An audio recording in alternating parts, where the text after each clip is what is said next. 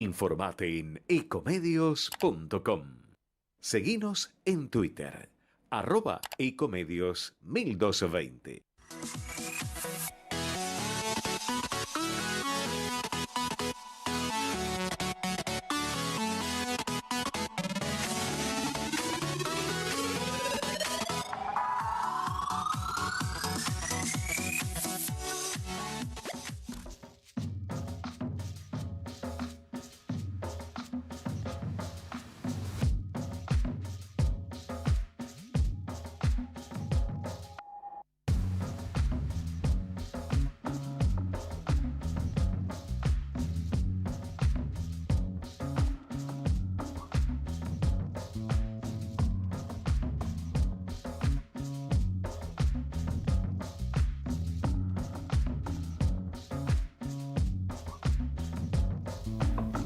Buenas tardes, bienvenidos a una nueva emisión de Entre Ustedes y Nosotros, este programa que tiene como su conductor natural al doctor Jorge Enríquez, a nuestro ex diputado nacional, y bueno, acompañado por Lautaro Nieto en este momento, en esta época. Tuvo mucha cantidad de co-conductores a lo largo de más de 20 años de trayectoria en un programa que ya está, digamos, puesto, como se dice, en el mercado de información. Bueno, en una semana muy, muy especial, una semana que se está viviendo con mucha ansiedad, gran parte de la población con mucha esperanza, se ve en las calles con la gente que uno habla, en el colectivo, en el subte. Bueno, la gente necesita creer que esta pesadilla que estamos viviendo hace ya varios años pueda terminar, no digo terminar, pero por lo menos encontrar un sendero, una salida, una oportunidad como para poder cambiar lo mal que se está viviendo, sobre todo en lo que llamamos el AMBA, ¿no? Porque el interior tiene otra impronta, pero cómo se vive hoy acá, la inseguridad, la locura de los precios, la inestabilidad, que uno no sabe cuando llega a su casa, al Gran Buenos Aires, si va a poder entrar y no va a tener ningún problema. El que tiene un poder de adquisitivo un poquito mejor quizás puede tener una alarma, un portón automático, una vigilancia, pero no le pasa a la mayoría de la gente. Y bueno, y aquí, dicho todo esto, los saludamos, ahí lo estoy viendo. Jorge, buenas tardes a esta nueva emisión del programa. ¿Cómo estás? Tardes a todos, disculpen la demora. Lo que pasa es que son, como decías vos recién muy bien, Horacio, son días bastante ajetreados con el cambio de autoridades y con todas las situaciones que estamos viviendo. Estaba tratando de comunicarme por la computadora, que tiene mejor imagen que el iPhone, que el teléfono celular, pero bueno, vamos a seguir haciéndolo por acá. Independientemente de todo lo que estamos viviendo en estos momentos, hay que recordar que nos encontramos próximos a los 40 años del inicio de la democracia y creo que es un momento para que sigamos trabajando por la estabilidad y el desarrollo. El próximo 10 de diciembre, cuando Javier Gerardo Milei asuma la presidencia de la Nación, se van a cumplir justamente esos 40 años desde el inicio de la democracia. En esa fecha de 1983 se puso fin a un largo ciclo de inestabilidad política, eh, signado por numerosos gobiernos de facto y por proscripciones. La etapa iniciada en 1983 tiene, como todos sabemos, sus luces y sus sombras. No nos vamos a engañar con esto, no todos fueron rosas, tampoco todos fueron espinas. Entre las luces cabe destacar que aunque hubo momentos muy difíciles y de enorme tensión, las crisis se resolvieron siempre dentro del marco de la Constitución y del Estado de Derecho. El recurso a los golpes de Estado no creo que está definitivamente sepultado, y hoy nadie piensa felizmente en esa opción. Hemos pasado momentos muy álgidos y nadie se quiso apartar de los cánones constitucionales. Eso por un lado. Por el otro lado, entre las sombras podemos destacar indudablemente el deterioro económico y social que ha avanzado hasta extremos que no hubiéramos imaginado jamás. Hace una década que la Argentina no crece, más allá de las cosas que diga Alberto Fernández, de lo que haya dicho recientemente Cristina Elizabeth Fernández, con estas mentiras que nos han acostumbrado durante los 4 gobiernos kirchneristas. Hay que decir las cifras con las cuales se va este gobierno, que son superiores por lejos a lo que ocurrió en el gobierno de Mauricio Macri. Este gobierno se va con una inflación punta a punta de 863%, triplica con la que se fue Macri, tomado punta a punta 15 al 19. Este gobierno se va con 44,7% de los argentinos en la pobreza. Son 20 millones de compatriotas, de los cuales 4 millones son indigentes.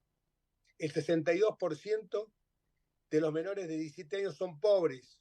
O sea que la pobreza hay que medirla en forma no solamente por los ingresos, sino por una visión multidimensional.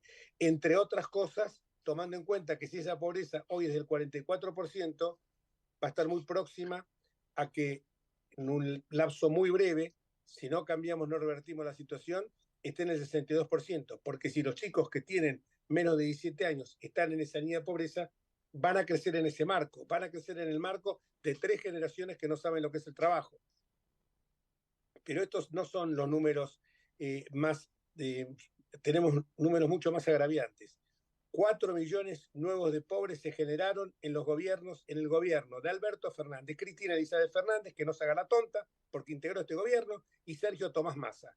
De esos 4 millones de pobres nuevos, 2 millones se los lleva Massa, el hombre que venía a ser El Salvador, el que nos llevó la inflación en el último año a más del 140%.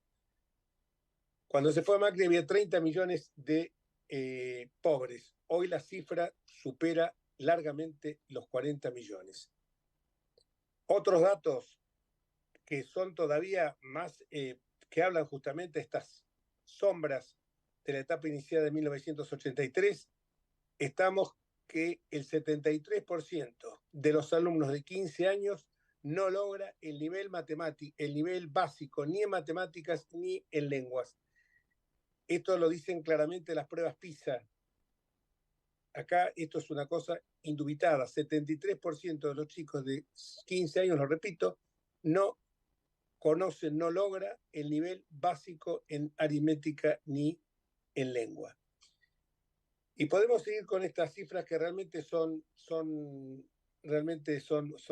lacerantes, porque hablar de 44, 45% de pobres me parece que esto es muy fuerte. Hace una década que la Argentina no crece, repito, pese a que lo que nos quieren engrupir los Kirchner, Alberto y Cristina, ese estancamiento, que sumado a las altas tasas de inflación es lo que se conoce como estanflación, esa palabra que Cristina Kirchner usó en su puesta en escena que divulgó por las redes sociales en esa payasesca presentación que hace con la señora de Abdala de Zamora, y con Cecilia Moró, donde ella va caminando y las demás siguiéndolo, como le hubiera gustado a ella ser una reina y atrás las cortesanas.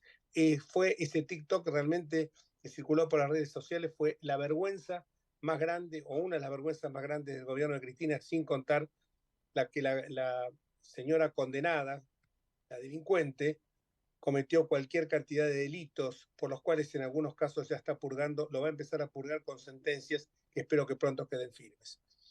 Esa palabra, esta inflación, no advierte o finge ella que no advierte que fueron sus desastrosas consecuencias, las desastrosas consecuencias de sus políticas que nos condujeron a esa situación.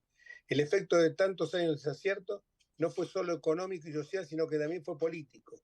Llevó a millones de argentinos a la indignación, al rechazo generalizado del sistema político, a la desconfianza hacia todo el orden establecido. Javier Milei es el producto de ese sentimiento. Juntos por el Cambio es justamente la fuerza política que entró también en la volteada. Era una alternativa racional, sensata, plural, para intentar salir al atolladero, pero muchos optaron por quien aparece como lo nuevo. En este punto es bueno resaltar que no podemos seguir otros 40 años llorando por la leche derramada en los 40 años que pasaron. Y digo esto porque me hace acordar aquel famoso monólogo de José Sacristán en Solos por la Madrugada. No podemos estar mirándonos el ombligo y tenemos que reaccionar frente a esto. Ahora hay que mirar para adelante. El nuevo gobierno llega con la legitimidad de origen que le otorga un triunfo abrumador en las urnas. Ganó por más de 11 puntos en un balotaje. Más de 55 puntos contra los magros 44 que logró Sergio Tomás Massa, que justamente fue algo sumamente superior a lo esperado. ¿Por qué? Porque canalizó el profundo sentimiento antikirchnerista del mismo modo que le hubiera hecho otra candidatura que se hubiera puesto a la de Massa. Pero no se debe olvidar que el sistema político quedó fragmentado y que el voto mileísta, aquel, el de la primera vuelta, ese voto mileísta, que es un 30%, pista de ser un piso sólido, ya que reúne a personas de muy diversas ideologías unidas por el común denominador, que es el rechazo al sistema político, a la casta. En términos parlamentarios, la representación del nuevo presidente es todavía menor. Va a ser el primer presidente que en democracia llega con menos de un 30% de exactamente con una cifra de menos, un 15%. Es el primer presidente que llega, porque incluso Macri llegó con un tercio de la Cámara de Diputados. Él va a llegar con solamente el 15%. Quienes somos parte de partidos y coaliciones que no obtuvieron el triunfo, debemos colaborar, yo entiendo, constructivamente para que el nuevo gobierno pueda realizar una gestión exitosa. Llega en medio de una crisis económica, como decíamos recién, fenomenal, y deberá adoptar medidas contundentes para ir despejando el camino de la estabilidad y el crecimiento. De todos los partidos relevantes, y en especial de Juntos por el Cambio, debe existir generosidad y grandeza, porque acá está en juego el futuro de los argentinos. Ahora, esa grandeza también debe ser exhibida por quien hoy va a conducir, o el 10 de diciembre va a empezar a conducir los destinos del país. Algunas designaciones que ha hecho Javier Milei, me refiero, son positivas y darían la idea de un giro pragmático que debe ser bienvenido. En especial, por ejemplo, la designación, no por pertenecer a mi espacio político, de Patricia Bullrich en el Ministerio de Seguridad, de Luis Petri en el Ministerio de Defensa. Sin embargo, es necesario explorar acuerdos mucho más amplios que, sin diseñar un gobierno de coalición, favorezcan la gobernabilidad. Todo lo que implica, a mi juicio, reducir el déficit fiscal, promover iniciativas privadas, en definitiva, es el genuino motor de las economías capitalistas, va a encontrar un eco favorable en una sociedad agobiada por un Estado prepotente, ineficaz, abusador,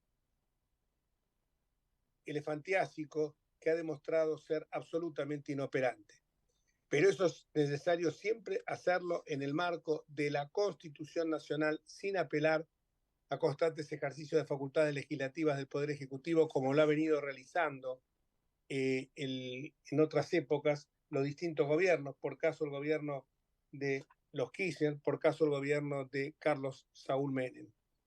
Todos los argentinos de buena voluntad le deseamos lo mejor desde ya al nuevo gobierno y vamos a colaborar para que queden atrás la decadencia, el estancamiento, la corrupción, la impunidad, pero no es hora de dar tampoco un cheque en blanco, porque hay que estar atentos para marcar cualquier desvío del poder y para frenar cualquier desborde institucional si lo hubiere, así como para defender a las autoridades legítimas ante los previsibles ataques y obstrucciones de quienes ya, en forma vergonzada y antidemocrática, están convocando anticipadamente a una resistencia. Lo que hemos visto en las últimas horas de llamar un paro general al día siguiente de haber asumido el presidente de la República es sinceramente algo inexplicable en argentinos de bien. Realmente no son argentinos de bien, son simplemente filibusteros que lo único que quieren hacer es seguir extorsionando, como nos extorsionaron al gobierno de Juntos por el Cambio, como extorsionaron y consiguieron voltear al gobierno de la Alianza, al gobierno de Fernando de la Rúa,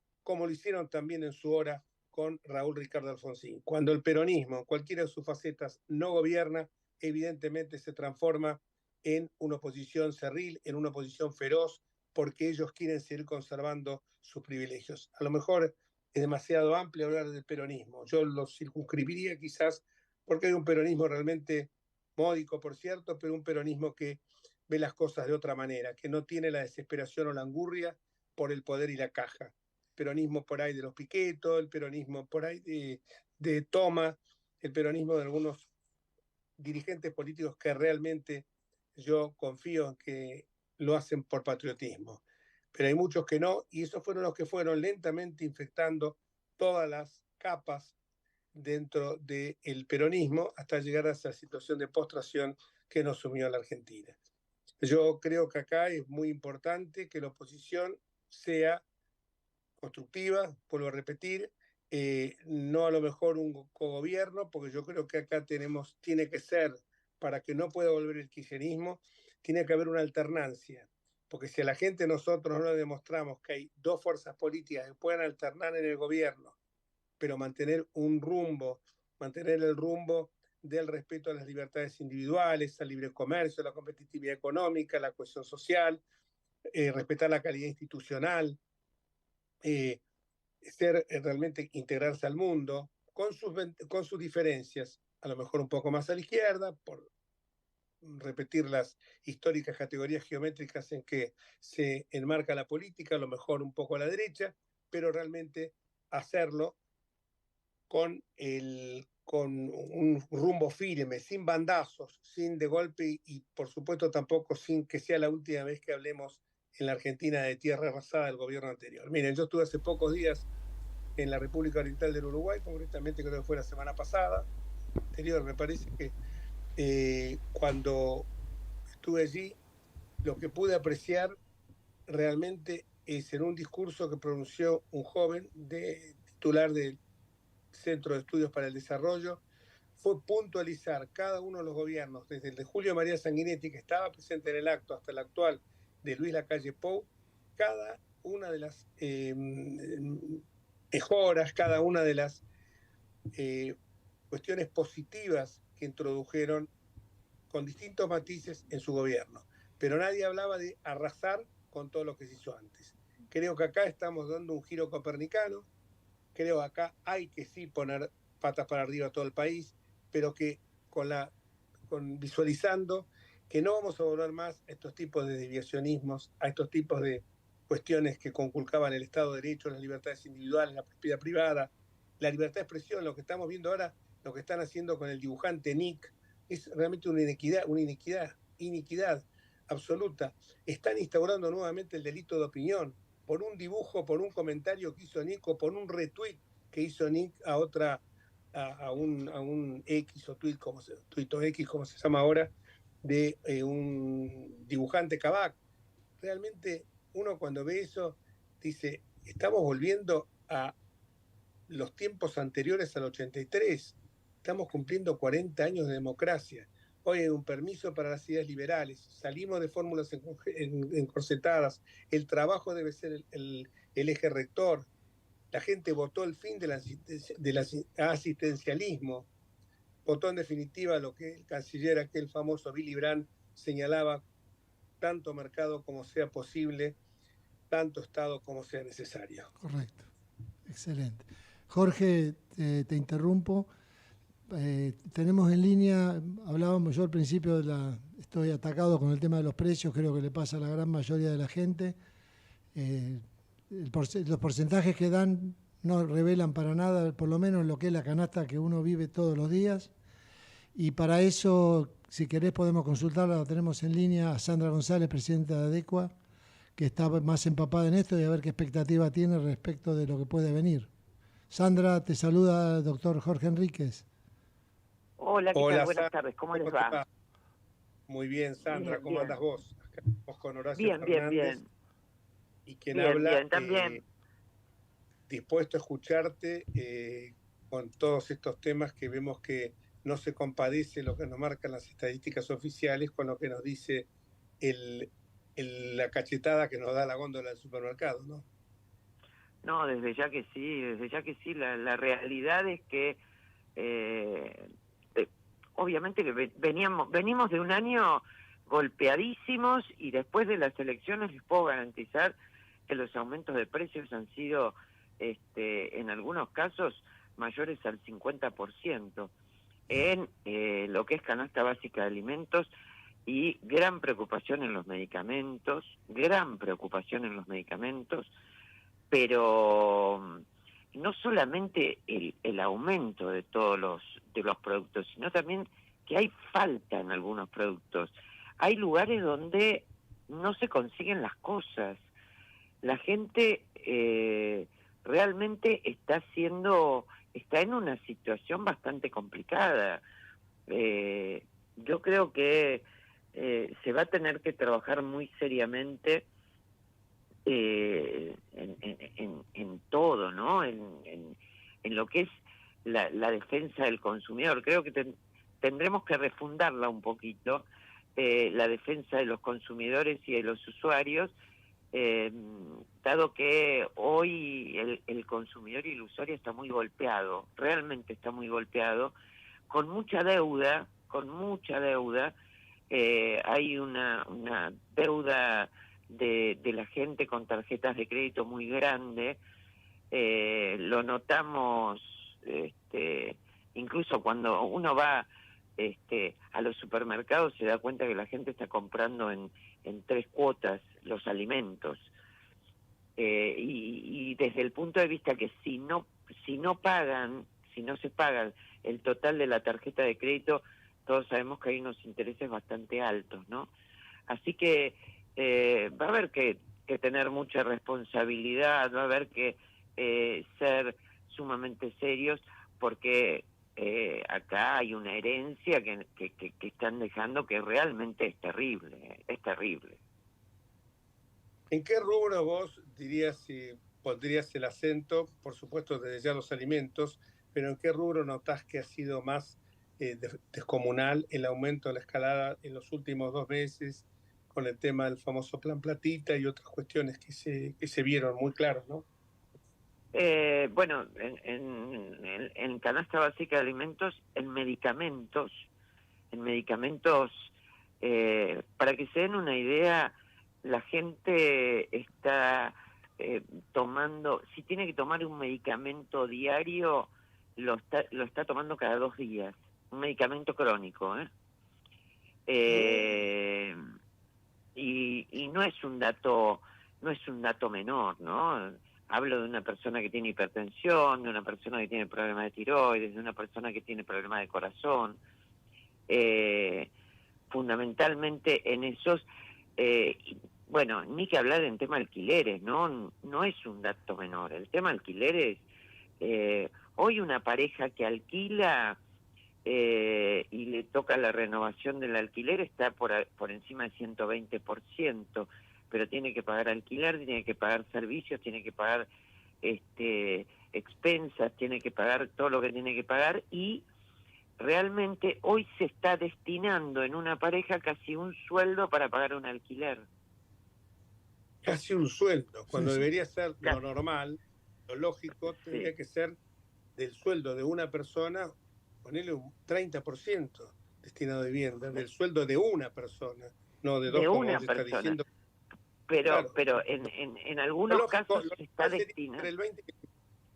Pero bueno, vos me estás hablando ya de acá, ese es el 50%, porque el sueldo de uno de los dos que conforman una pareja, me estás hablando de un 50%. Lo lógico sería un 20 o 25%. Eso fue lo tradicional. Pero claro. En otras épocas era mucho menos. Bueno, estoy hablando de, a mi juicio, de la mejor ley que hubo, que fue la ley 23091, la ley de Alfonsín, que establecía, acordate, no solamente, por supuesto, arraigada en los principios de la autonomía y la voluntad de las partes, pero también establecía desgravaciones impositivas para todas aquellas personas que querían construir viviendas con destino de locación, disponiéndolas por 8 o 4 años. Absolutamente. Y fue una ley que desde el 83, que asumió el 84, ponerle que el ser ha sido sancionada, la 2391, siguió vigente, incluso le incorpora el código nuevo, el Código Civil y Comercial. Lo que pasa es que después hizo tamaño enchastre, primero con un compañero nuestro de bancada que hizo un mamarracho, y después, por supuesto, con el tema de lo que hizo el gobierno kirchnerista. Cuando me parece que... Sí, realmente es un horror lo que se han hecho. se ha hecho con la ley de alquileres. Es un horror y ha perjudicado absolutamente a todo el mundo. Ha perjudicado a todos. A todos, una ley que a todos. A todos, que todos despotrican contra esa ley. Es una ley increíble, porque no, ni los desarrolladores, ni los inmobiliarios, ni los inquilinos, ni los propietarios. Todo el mundo está en contra. ¿Lo escuchás?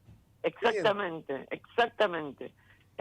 Otro rubro acá, también es sí. me tocó a mí personalmente los seguros. El seguro de los vehículos, concretamente un caso, se aumentó un 100% de un trimestre al otro. De un valor de 21.000 pesos aumentó a 39.000. Cambiaron la base de cálculo y toman un 4%, un 5% del valor del vehículo tasado 3 veces lo que vale, porque o 2 veces un vehículo que cuesta 5 millones lo ponen en 10, cobran el 5 y la cuota se va, la prima, lo que se llama la prima, con los gastos y todo, se va a duplicar de un trimestre al otro. Es de locos. Está pasando esto. Sí, y las compañías de seguro están diciendo que quieren aumentar mensualmente ahora, ni siquiera ya trimestral o como sea la póliza que hay. Y realmente ese golpe en los seguros de los autos también impacta, porque hay gente que tiene que pagar una cochera, el que no tiene cochera, realmente lo usa para trabajar. Impactado mucho. Claro, recién hablaste, Sandra, de algo que me pareció muy interesante y que hay que rescatar el valor que tienen, sobre todo porque vos has sido una pionera en todo esto de las asociaciones de defensa del consumidor, con ese gran socialista que fue Héctor Polino, pero creo que vos fuiste una de las primeras que alertó sobre este tema. Me acuerdo cuando militábamos juntos que todo el mundo lo veía como una cosa extraña, y realmente vos considerás de que en este último tiempo han sido un poco soslayadas la participación de las asociaciones de consumidores, que hay como un reverdecimiento ahora, de surgimiento. Nosotros no hemos tenido participación. ¿Cómo? No nos han, que desde la Secretaría de Comercio no nos han dado ningún tipo de participación, no hemos tenido una participación activa en ningún tema en particular, y yo creo que si bien nosotros somos organizaciones no gubernamentales que creadas con una ley y con rango constitucional, porque todos sabemos que después de la reforma está en la Constitución Nacional las asociaciones de consumidores. Yo creo que las asociaciones pueden participar en políticas con el Estado Nacional, no con sugerencias, con trabajos concretos, con cosas concretas, y me parece que es fundamental eso, y eso lo tendremos que reconstruir de la mejor forma posible ahora. Yo creo que lo tendremos que reconstruir. Y seguir el tema. No, total. Yo creo que se debe reconstruir, porque me parece que son, en cierta manera, como marcan ejes rectores. Incluso más, en momentos en que manejaba Piacere el índice de precios al consumidor, hasta que apareció y aún después que apareció el índice de precios al consumidor de Cava y de algunas otras provincias, las asociaciones de consumidores, me acuerdo de la tuya, de la que vos sos el factotum, por decirlo así, Adecua, y tantas otras, que realmente uno sentía confiabilidad en los datos que de ella emanaban, ¿no? Que me parece que eso va a haber nosotros en la época en donde el índice de precios también era un mamarracho, vos, Jorge, te acordás perfectamente lo que a mí lo que he padecido con Moreno, porque nosotros realmente comunicábamos los precios que que relevábamos. Y bueno, prácticamente una persecución, me sacó el registro, me hizo denuncias, fue terrible, ¿no? Eso, a nosotros y a tantos más, al doctor Polino en su momento, a Fernando Blancomuño también, lamentablemente. El tiempo es tirano, Jorge, vos lo sabes bien. Imagínate que Gerardo está acá haciendo alguna que otra seña. Tenemos una que... última pregunta, contestámela con la capacidad de síntesis que vos siempre tenés. ¿Cómo están funcionando los tribunales de consumo en la ciudad? Están funcionando. Realmente es una herramienta importante, y creo que tenemos que apostar a que eso siga funcionando y cada vez mejor. Bueno, te agradezco muchísimo porque siempre es bueno conocer tu opinión, como la de muchos otros ciudadanos, pero particularmente la tuya tiene un predicamento más fuerte, porque yo justamente fui el que convocó toda una comisión que hicimos el Código Procesal en materia de relaciones de consumo, y la verdad que toda sugerencia que pueda hacer con la enjundia que te caracteriza, bienvenida va a ser, Sandra. Un beso enorme y bueno, si no te veo antes, que tengas muy feliz Navidad, muy feliz Año Nuevo, saludo a toda la familia y a toda la gente de Adecua, por supuesto. Un abrazo. Bueno, enorme. Muchísimas gracias. Estoy a su disposición y gracias a ustedes por llamarme y les mando un beso grande y muchas felicidades también. Felicidades y gracias, Sandra. Gracias a vos por atendernos. Bueno, y vamos a una pausa, ¿no? Sí, claro. Corte. Vamos la radio.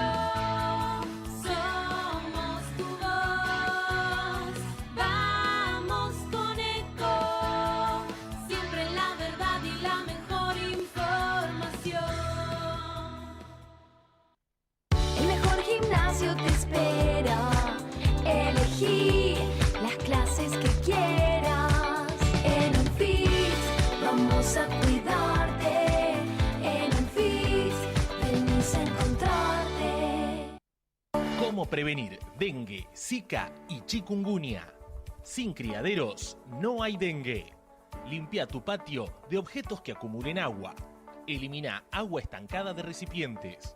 Reemplaza con tierra o arena el agua de tus flores. Tapa los tanques de agua y cisternas. Tira y perfora llantas para que no acumulen agua. Limpia floreros y bebederos. Recordá, sin criaderos no hay dengue. Intendencia Menéndez. Informate en ecomedios.com. Seguinos en Facebook. Ecomedios Live.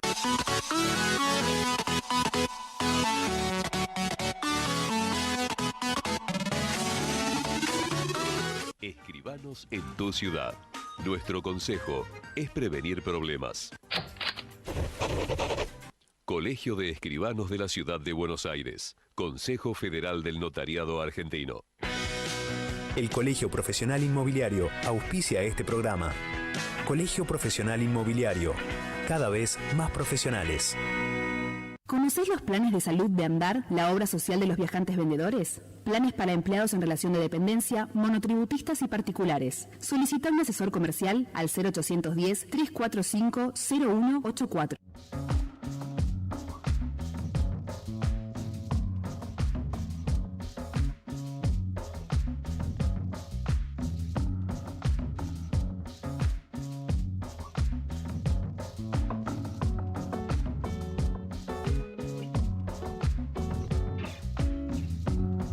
Bueno, y luego del corte continuamos en Entre Ustedes y Nosotros. Bueno, está de más, aunque nunca está de más, hacer comentarios de precios, porque yo creo que hay dos grandes problemas que vivimos los mortales, la gente de a pie, los laburantes, los que toman el tren, el colectivo, caminan X cantidad de cuadras para llegar a su casa, ya sea en la capital o en el conurbano. Y bueno, dependiendo de qué zona del conurbano, la complicación puede ser un poquito más grande, ¿no? Pero en la nota con Sandra de Adecua queda reflejado que no es una sensación ni es algo que vivimos en forma individual, sino que realmente se está viviendo muy mal y hay una gran esperanza a que esto cambie. El peligro que uno ve es que de pronto que la gente por ahí espere más resultados o rápidos o soluciones, digamos, como se dice habitualmente, mágicas, y no hay soluciones mágicas. Esto va a llevar mucho tiempo, vamos a pasar momentos muy malos, seguramente hay que tener esperanza y tratar de acompañar. Lo que hay que tratar de ver también es controlar de que lo que se haga es lo que más o menos se dijo que se iba a hacer, ¿no? Hay una esperanza muy grande de que mucha gente, yo lo veo hablando en los medios, a veces en el tren, en el subte, la gente tiene esperanza y lo bien que hace, pero vamos a pasar momentos difíciles seguramente. Bueno, ahí lo tengo a alguien que sabe mucho más que yo y sin duda que preferimos escucharlo a él. Jorge, ahí te estoy viendo perfectamente. Pensé que había otro invitado, como dijiste, alguien que conoce bien el tema. No. Bueno, vamos a ver si tenemos un invitado ahora. Lo que vos decís es totalmente cierto. O sea, si acá nosotros no hacemos un giro de 180 grados, acá vamos a pasar malos momentos todos. Acá cuando escucho que están hablando ya de hacer, cometer cualquier cantidad de tropelías, de llamar a paros generales, todavía esto, ¿no? Es una cosa increíble. No. A ver, no aprendemos la lección. Están hablando, y acá va a haber decisiones muy difíciles que tomar. O sea, no. Acá yo estaba escuchando a un periodista, ayer estaba escuchando a lo que dijeron dos periodistas, María O'Donnell y Ernesto Tenenbaum, que se ofendieron y que están hablando haciendo algunos, se ofenden por un dibujito que había hecho, creo que Kabak también, no sé cómo fue la historia, se enojaron por un dibujito que hizo Kabak, que ponían la vara más alta para el resto de la gente y más baja para el peronismo. Pero ¿de dónde se ha visto? Hasta los propios periodistas se tiran un tiro en el pie con hacer estas cosas. ¿Por qué? Por una razón sencilla, Horacio, porque están conculcando la libertad de prensa, como decíamos recién con el tema de Nick, están no solo conculcando la libertad de prensa, sino que instaurando algo muy peligroso, que es el delito de opinión. Sobre todo un gobierno que llega muy fragmentado a esta situación. Pensemos además que el peronismo, bueno, trato de no decir el peronismo, pero ¿sabes cuántos paros le hicieron a Alfonsín en el tiempo que duró, 4 o 6 años en aquel momento? Hicieron 13 paros. A Menem le hicieron 8. A De la Rúa le hicieron 8 también, pero Menem gobernó 10 años. A Duhalde le hicieron 2. A los Kirchner le hicieron 1. Acá tengo las estadísticas. A Cristina 5, a Macri 5 y a Fernández ninguno. Claro, vos me dirás, le hicieron la misma cantidad de paros a Cristina que a Macri. No, es diferente.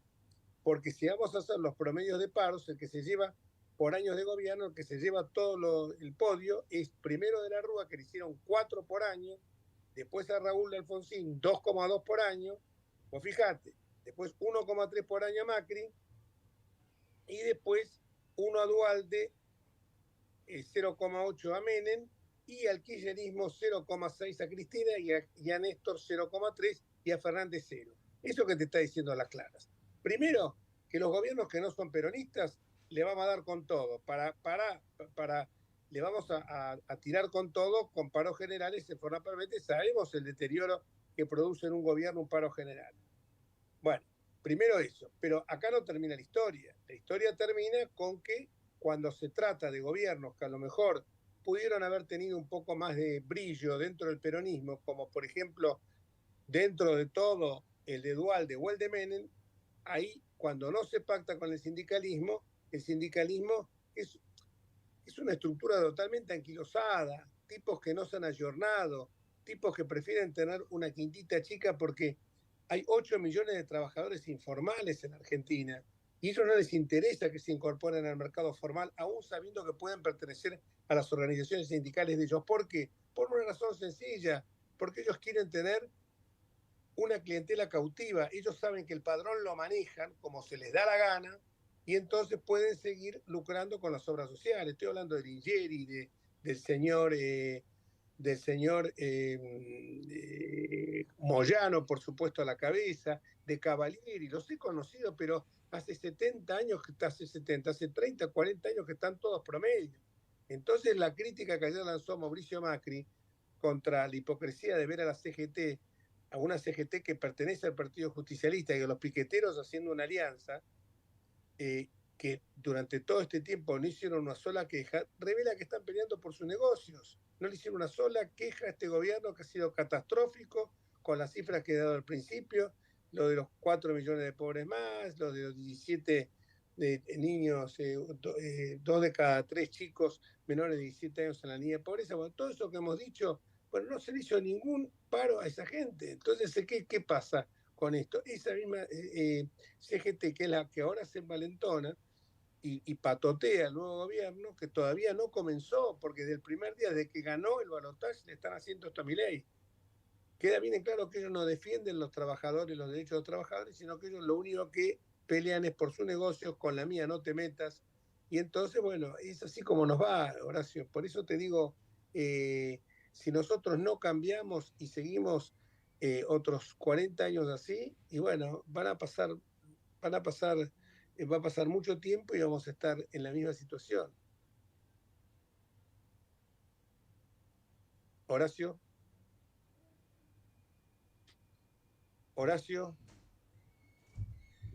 Bueno.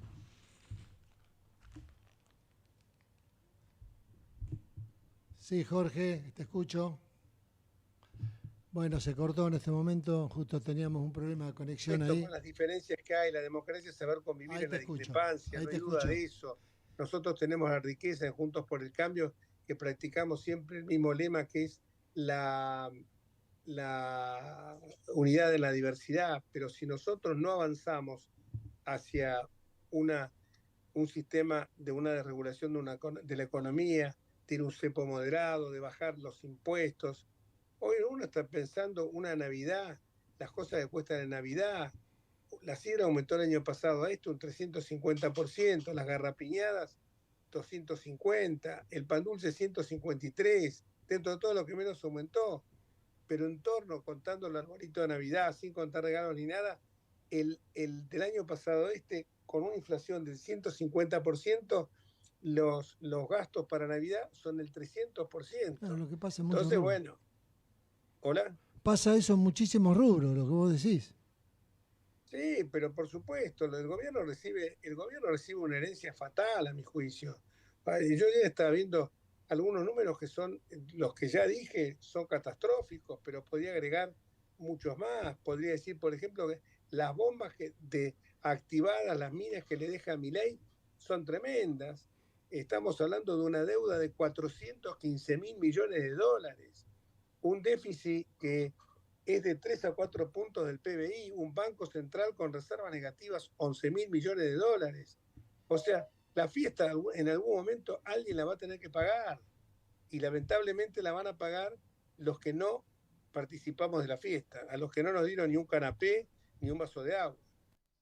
Entonces, a mí cuando me hablan que el desempleo es del 6,3%, y yo digo el desempleo porque está encubierto con 2 millones de planes sociales, las tarifas atrasadas que no cubren el 50% en materia de energía y en materia de transporte no cubren más que el 10%.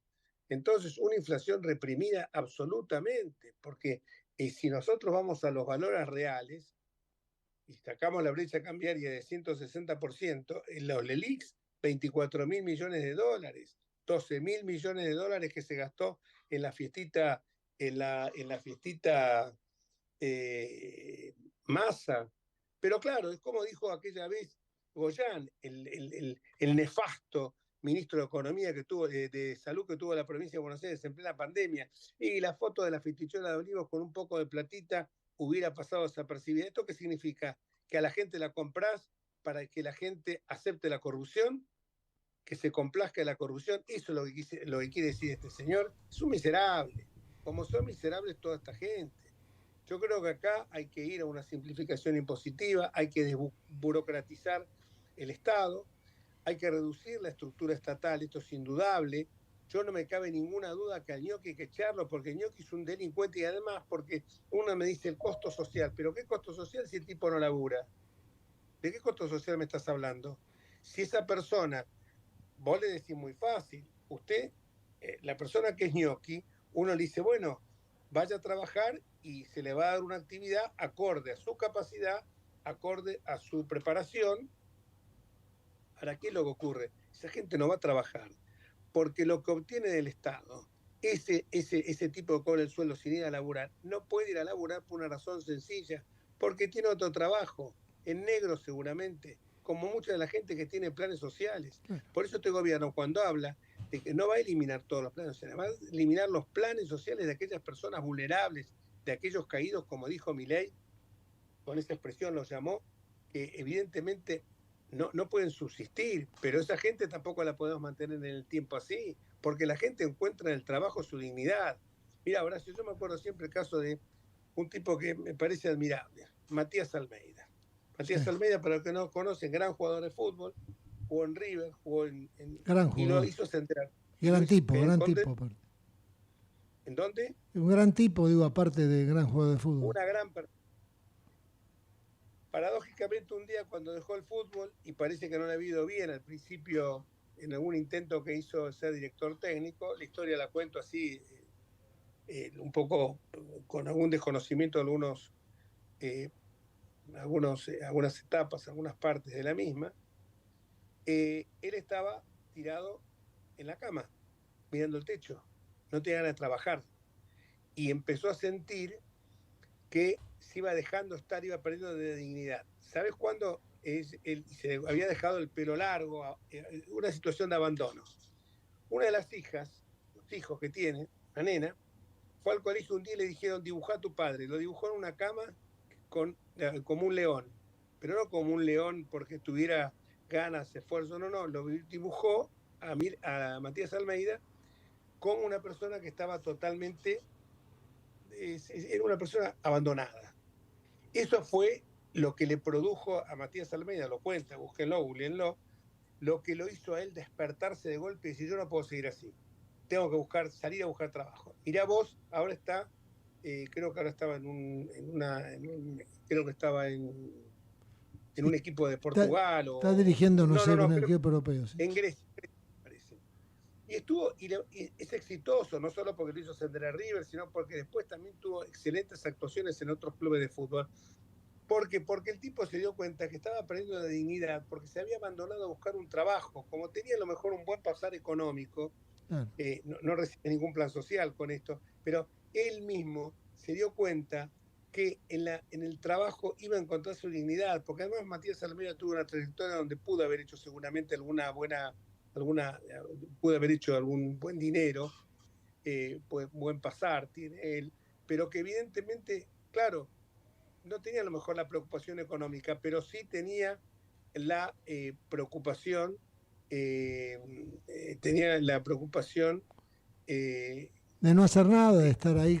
De estar abandonado y totalmente. que su hija lo viera en esa situación, que su hija lo hubiera dibujado de terrible, esa manera. Terrible. Entonces me parece que acá es esencial esto, reducción de la estructura estatal es fundamental, la simplificación impositiva, como ya lo señalaba, y yo creo que también va a ser necesario tomar medidas políticas porque el año que viene, porque después tenemos que nos corren enseguida con que viene el año electoral. Ya viene la elección, el año que viene empieza de vuelta. Empieza de vuelta, y yo creo que acá en algún momento habría que reformar la Constitución, por Dios, a nadie se le ocurra porque abrimos una caja de Pandora con consecuencias imprevisibles, pero yo creo que lo que sí habría que hacer fundamentalmente y lo más urgente posible es tomar una decisión de que se eliminen las PASO, que hay que hacerlo el año que viene y poner la boleta única electoral, ya sea papel o ya sea electrónica. Claro. Yo creo que cualquiera de esos dos caminos me parece que va a ser muy importante, porque terminamos con esto, que tuvimos un festival de elecciones por empezar con una que era una elección, que era una encuesta a cielo abierto, como fue la de las PASO, que con consecuencias complicadas, porque le pasó cuando fueron las PASO de Fernández, que al día siguiente se dispararon todas las variables. Acá pasó lo mismo con la primera vuelta por supuesto, mucho más atenuado porque había ganado en las PASO Milei, pero evidentemente hubo barquinazos, hubo cimbronazos con el dólar tuvo fluctuaciones muy fuertes. Entonces yo creo que todas estas cuestiones hay que ya verlas este año y después tenemos otro tema más. Tenemos nosotros en nuestro país funciona el tema de las jubilaciones y las pensiones, que son una parte importantísima del gasto público, del Producto Bruto Interno. Pensemos nada más que hay el sistema nuestro de reparto, por el cual los trabajadores en actividad y las empresas contribuyen con sus aportes a pagar las jubilaciones. Pero dentro de ese sistema hay más de 200 regímenes de excepción que cuentan con mejores condiciones que el resto. Cuando hablo de regímenes de excepción, que se entienda bien, me estoy refiriendo no a la jubilación de privilegio, que esas hay que abolirlas inmediatamente. O sea, eso no puede estar un día más esos regímenes de privilegio. Me estoy refiriendo, y a propósito digo, que no insistan más con eso que sucede en las redes sociales, que la gente repite como loro, tiemblan los legisladores, porque los legisladores yo fui legislador de la Ciudad Nacional, no tenemos jubilación de privilegio. O sea que la gente no rompa más, y cuando le mandan algo por las redes sociales no lo divulguen de la manera que lo divulgan, porque empiezan. Tiemblen legisladores, se les termina la jubilación de privilegio. Tiemblen legisladores, se termina el celular. Celular me lo garpé siempre yo. Tiemblen legisladores, van a pagar aportes previsionales. Siempre pagué aportes previsionales, cuando era legislador y cuando no lo soy. Tiemblen porque van a pagar ganancias, siempre estamos pagando ganancias. Entonces que la gente no rompa más con esos temas que los mandan, que vienen ya de hace por lo menos 6-7 años, cuanto menos. Son eslogans. Hoy tenemos 5.700.000 jubilados y pensionados, un 90% más que en 2001. La población no creció exponencialmente así. El 64% accedió al beneficio a través de una moratoria. ¿Está claro? Accedió a través de una moratoria, o sea que no tenían los años de haber, y se están perjudicando a la gente que sí tenía, que sí pagó puntualmente cumplió con las cargas impositivas. Entonces yo creo que esto también hay que insistir, a lo mejor hay que modificar la ley porque se ha extendido la perspectiva de vida. Yo creo que a mi juicio ya hoy tendría que ser 70 a los hombres y 65 a las mujeres. Uno ve esta gente incluso de generación plateada, en una población esencialmente adulta como es la de la Ciudad de Buenos Aires, la de la Ciudad de Buenos Aires en particular, y la de el país en general. Lo demuestra el último censo, hay cerca de 11.000 personas que tienen más de 100 años. Yo no lo podía creer cuando vi eso en la Argentina. 11.000 personas. Y uno de repente ve gente que murió. El otro día murió un gran médico en Benaim, que murió de 103 años. Benaim. El otro día un militar que murió de 101. O sea que eso hay que tomarlo en cuenta y hay que modificar la escala para la jubilación. Yo sé que alguno que me escucha dice, ya estoy a punto de jubilarme. Bueno, flaco, lo lamento en el alma. Si tu capacidad laborativa está plena, el Estado no te tiene que seguir bancando. Pero cuando yo empecé a trabajar y se bajó estas condiciones, bueno, las condiciones cambiaron. Si hubiera habido una guerra, a lo mejor tuvimos una guerra, no como Malvinas, ¿no? Pero si hubiera habido una guerra, a lo mejor posiblemente todavía tendría que seguir trabajando, porque no había plata para eso. El gasto previsional era del 9,3% del PBI en el 2021, y en el 2022 creció ese déficit previsional 2,8%. Quiere decir que eso se está insumiendo. Obviamente el gasto previsional, pues gasto, no es inversión, es una parte sustancial del PBI. No vamos a empezar a achicar por ahí. Digo, no vamos, aunque yo no sea gobierno, porque no me parecería que sea lo prudente, pero modifiquemos la edad jubilatoria, porque si no, en la pirámide se transforma, adquiere esta forma. ¿Cuál es esta forma?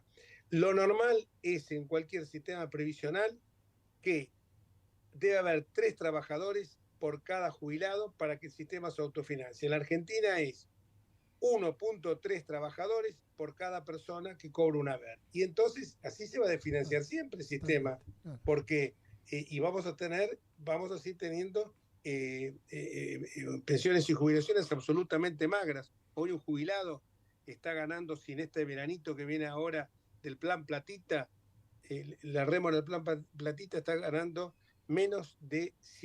cobra menos de $100 por mes, o escasos $100 por mes.